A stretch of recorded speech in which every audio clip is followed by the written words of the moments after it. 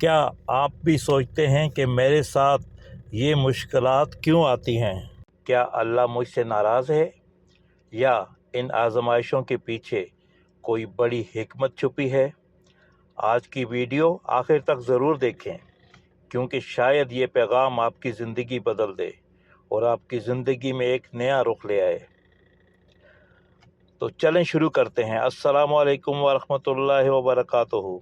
الحمدللہ والصلاۃ والسلام علی رسول اللہ صلی اللہ علیہ وسلم۔ پیارے بھائیوں اور بہنوں، ہم سب کی زندگی میں کبھی نہ کبھی مشکلات، بیماریاں، مالی تنگی یا دوسرے امتحانات آتے ہیں۔ ایسے وقت میں اکثر ہمارے دل میں سوال پیدا ہوتا ہے، یا اللہ، یہ آزمائشیں میرے ساتھ ہی کیوں؟ اسلام ہمیں سکھاتا ہے کہ آزمائش اللہ تعالیٰ کی حکمت کا حصہ ہے۔ یہ ہمیشہ سزا نہیں ہوتی، بلکہ کئی مرتبہ اللہ اپنے بندے کا ایمان مضبوط کرنے، اس کے گناہ معاف کرنے اور اس کا مقام بلند کرنے کے لیے اسے آزماتا ہے۔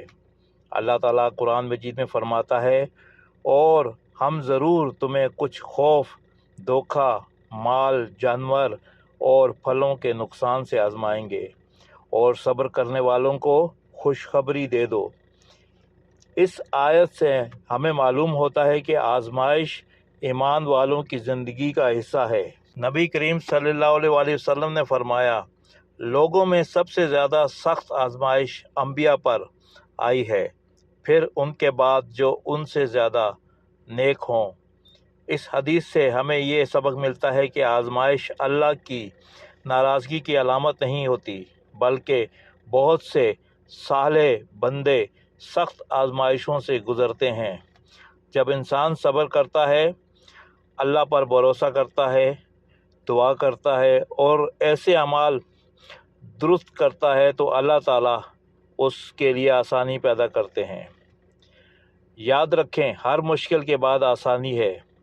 آزمائش ہمیشہ باقی نہیں رہتی، لیکن صبر کا آخر ہمیشہ باقی رہتا ہے۔ صبر کا اجر ہمیشہ باقی رہتا ہے۔ اگر آج آپ کسی مشکل میں ہیں تو مایوس نہ ہوں۔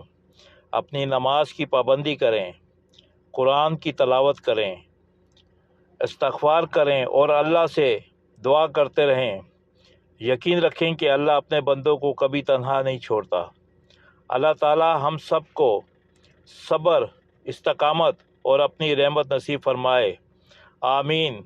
اگر آپ کو یہ ویڈیو پسند آئی ہو تو اسے لائک ضرور کریں، اپنے دوستوں کے ساتھ بھی شیئر کریں، اور مزید مستند اسلامی ویڈیو کے لیے ہمارے چینل کو سبسکرائب کرنا نہ بھولیں۔